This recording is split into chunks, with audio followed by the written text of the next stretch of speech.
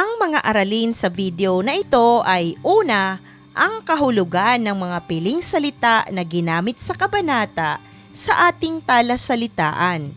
Ikalawa, ang buod ng kabanata 40 hanggang kabanata 41 ng Obra Maestrang Akda na Ibong Adarna.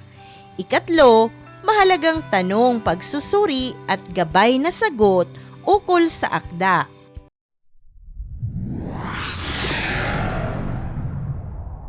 Dumako na tayo sa unang bahagi. Tukuyin natin sa ating talasalitaan ang kahulugan ng mga piling salita na ginamit sa kabanata.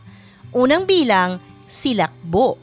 Biglaan, maigting, mabilis o hindi mapigilan. Ikalawa, kasawian. Kabiguan, hindi nagtagumpay. Ikatlo, natamo. Nakamtan, nakuha. Ikaapat, ikahabag. Ikatakot, ipag-alala. Ikalima, tinuran. Sinabi, binanggit, pinahayag. Ikaanim, pumanaw. Namatay, namayapa. Ikapito, di magkamayaw. Di mapakali, nagpakita ng pagkasabik. Ikawalo, pinutungan. Pinatungan, nilagay, pinatong. Ikasyam, naganap. Nangyari. Ikasampu, nagpasya, nagdesisyon.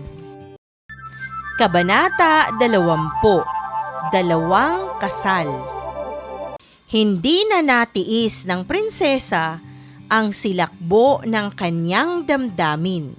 Sa galit nito, nais niya na lamang maghiganti sa kasawiang natamo. Ang tubig sa kanyang prasko'y binuhos sa palasyo. Bumaha ang buong kaharian at natakot ng lubos ang mga tao.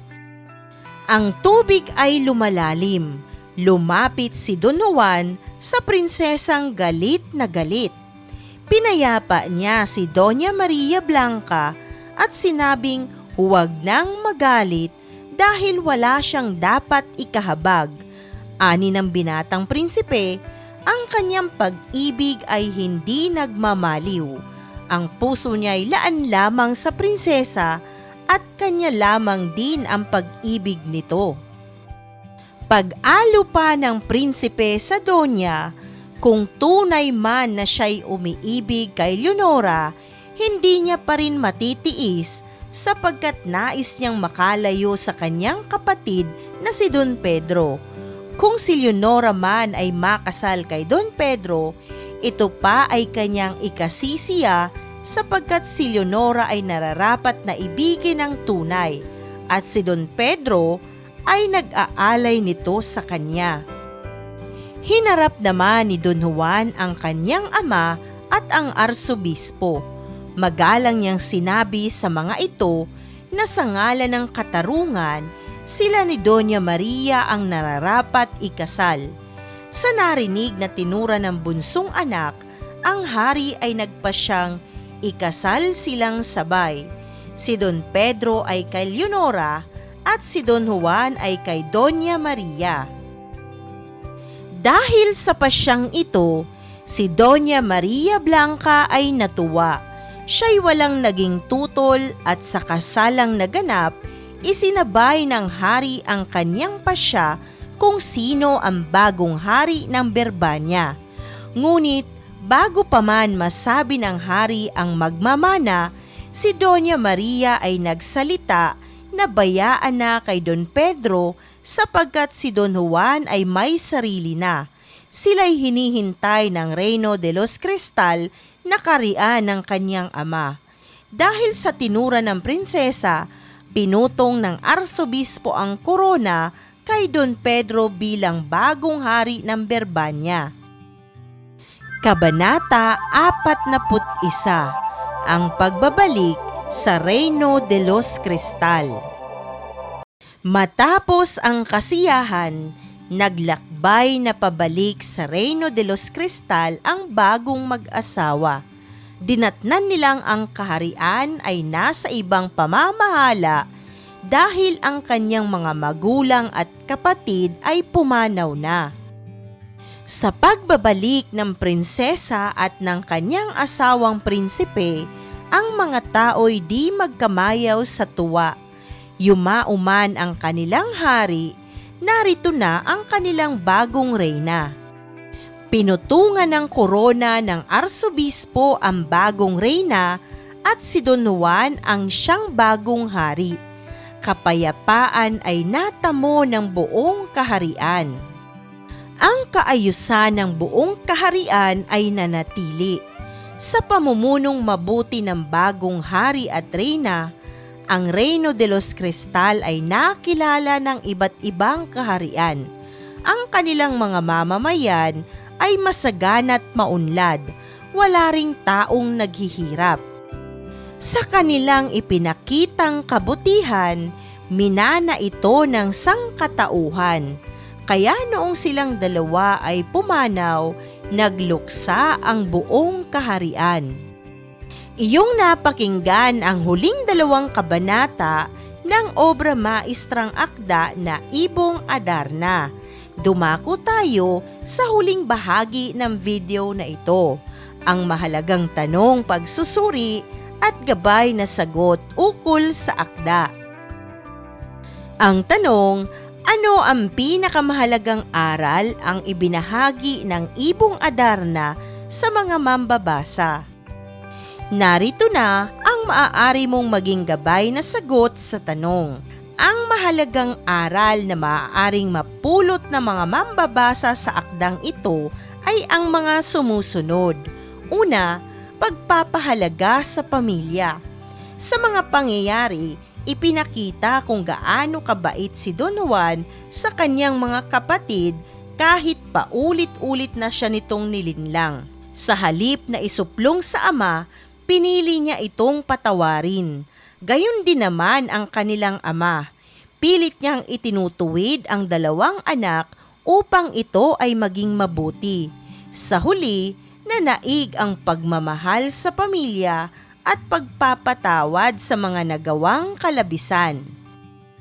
Ikalawa, ang maging mapagpatawad. Ito ang ipinakita ng bunsong prinsipe sa kanyang 2 nakatatandang kapatid.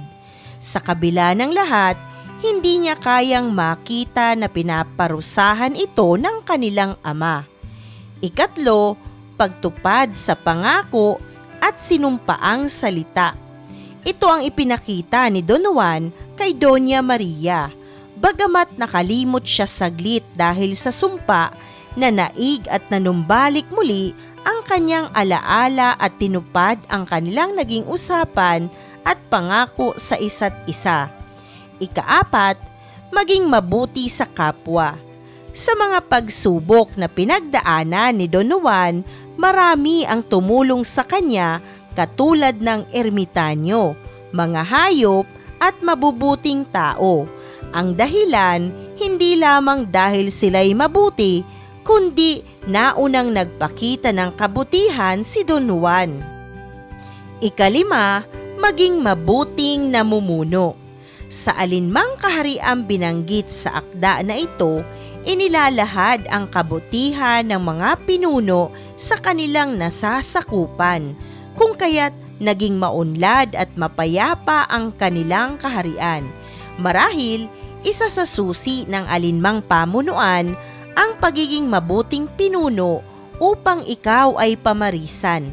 Nang sa gayon, ang pamayanan ay gumawa rin ng naaayon sa kabutihan ng iba sapagkat nakikita nila ito mismo sa kanilang pinuno.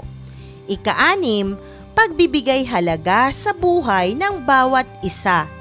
Ipinakita sa akda kung gaano pinapahalagahan ni Don Juan ang buhay ng kahit sino, mapahayop man o kanyang kapwa. Sa abot ng kanyang makakaya, ginawa niya ang lahat upang makalaya ang mga nabihag na dalaga.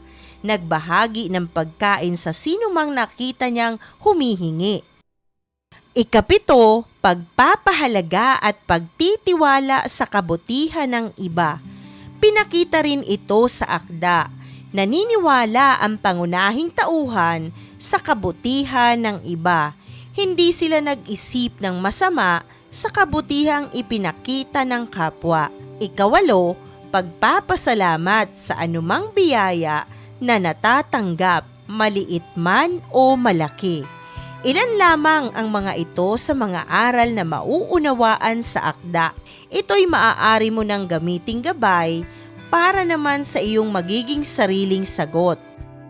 Isang mahalagang aralin muli ang iyong napanood. Maraming salamat sa panonood sa channel na Aralin sa Filipino. Huwag mag-atubiling mag-comment ng inyong tanong, suggestions o paglilinaw ukol sa aralin. Munting kahilingan sa iyong kaibigan, paki-like, share and subscribe para updated ka sa mga susunod pang bagong video ng Aralin mo sa Filipino.